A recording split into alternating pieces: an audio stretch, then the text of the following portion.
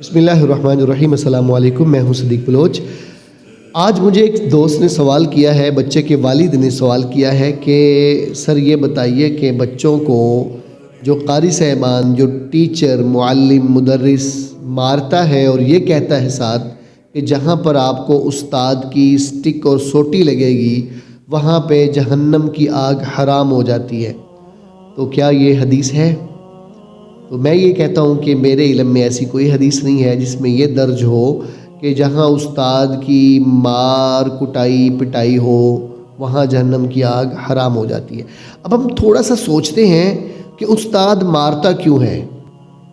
استاد کو اجازت کس نے دی ہے مارنے کی؟ یہ بات سمجھنے والی ہے۔ استاد مارتا کیوں ہے اور استاد کو اجازت کس نے دی ہے مارنے کی؟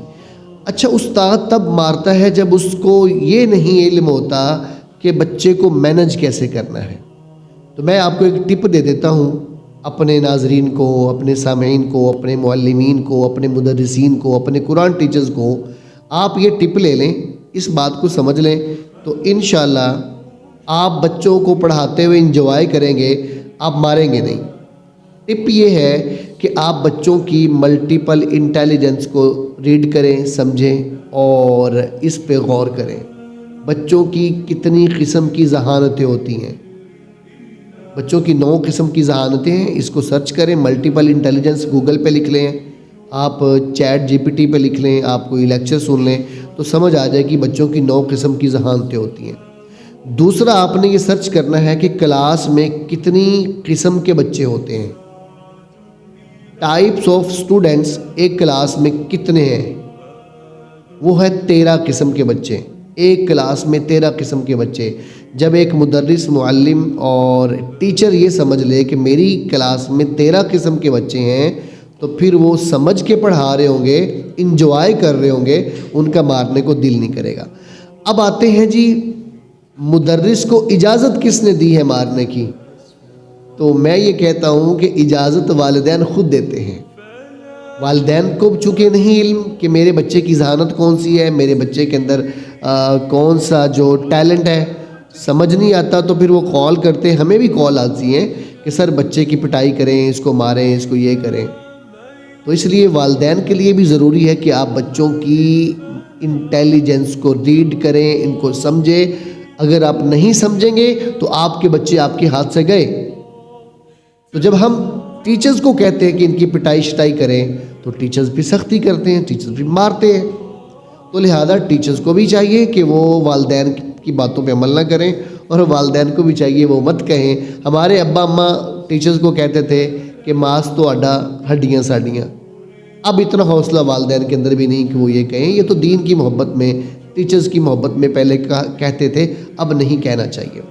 تو اب آتے ہیں جی، والدین کیوں کہتے ہیں کہ آپ ان کی پٹائی کریں، ان پہ سختی کریں؟ اس لیے کہ والدین اپنا کام خود نہیں کرتے، اپنی ذمہ داری پوری خود نہیں کرتے۔ آپ کی ذمہ داری کیا ہے؟ اگر آپ کا بچہ قرآن پاک حفظ کر رہا ہے، وہ روزانہ گھر میں آتا ہے، آپ روزانہ اس کی ڈائری چیک کریں، اس کی رپورٹ چیک کریں، کیا سنا کے آیا ہے۔ بچے کو 10 منٹ کا ٹائم دے دیں کہ بیٹے آج آپ نے یہ منزل سنائی ہے، سبقی سنائی ہے، 10 منٹ کے بعد آپ کے 5 منٹ کا ٹیسٹ ہوگا، آپ کے بچے کا ٹیسٹ لیں۔ اس کے بعد پھر آپ اپنے بچے کا جو اگلے دن سبق سنانا ہے وہ بچے کو ایک ٹائم پہ بٹھائیں، سٹڈی ایریا بنائیں کہ بیٹے یہ آپ کا سٹڈی ایریا ہے، اس میں آپ نے 1 گھنٹہ ڈیلی بیٹھ کے بلند آواز سے سبق کو یاد کرنا ہے۔ ہمارے بچے 2-3 غلطیاں کرتے ہیں، ایک تو بلند آواز سے نہیں پڑھتے، دوسرا شور شرابہ گھر میں ہو رہا ہوتا ہے، ٹی وی چل رہا ہوتا ہے، بچے کھیل رہے ہوتے ہیں، تو یہ حفظ کرنے والا بچہ فوکسڈ ہو کے اپنے سبق کو یاد نہیں کر پاتا۔ تیسری غلطی یہ ہے کہ گھر میں کوئی سبق سنتا نہیں ہے بچے سے، بچے کو ریمائنڈر کوئی نہیں دیتا کہ بھئی تمہارا گھنٹہ پورا ہونے والا ہے، 1 گھنٹے کے بعد ہم نے آپ کا سبق سننا ہے۔ تو گھر میں لکھ کے لگا دیں کہ بیٹے آپ نے 7 سے 8 بجے تک اپنا سبق یاد کرنا ہے، 8 بجے آپ کا سبق سنا جائے گا۔ اور پھر اس سبق یاد کرنے کی بھی کوئی پالیسی ہونی چاہیے، بلند آواز سے پڑھنا ہے، بلند آواز سے سننا ہے۔ پہلے بچے کو بولے کہ جو آپ نے سبق یاد کر کے کل سنانا ہے سر کو، وہ 10 بار اس کو سنیں، پھر 10 بار ہر آیت کو پڑھ کے یاد کریں. جب آپ کو سارا یاد ہو جائے تو پھر آپ نے 1 گھنٹے کے بعد گھر میں اماں کو، ابا کو، بہن بھائی کو، کسی ایک کو سنانا ہے. تو جب آپ کا بچہ رات کو سونے سے پہلے سبق یاد کر کے آپ کو سنائے گا، صبح جا کے سب سے پہلے قاری صاحب کو سنائے گا، سبق جلدی ہوگا تو سب کی ہوگی، منزل ہوگی، تو آپ کا بیٹا جو ہے ہیپی رہے گا، قاری صاحب بھی ہیپی رہیں گے. تو اس سے آپ کا بچہ کانفیڈنٹ ہوگا، اسے نہ حفظ کرنے میں مشکل ہوگی، نہ ٹیچر اسے نفرت کرے گا. تو اس لیے گزارش یہ ہے کہ آپ کبھی استاد کو مارنے کی اجازت نہ دیں، اور جو ادارے کے سربراہان ہیں وہ بھی کبھی مارنے کی اجازت نہ دیں. اگر بچے کو مشکل ہو رہی تو اس کی انٹیلیجنس کو سمجھیں اور گھر میں اس کا اسٹڈی ایریا بنائیں، اس کا ٹائم مختص کریں اور اس کو طریقہ بتائیں کہ سبق یاد کیسے کرنا ہے. مقررہ ٹائم پہ بھی بچے سے سنیں.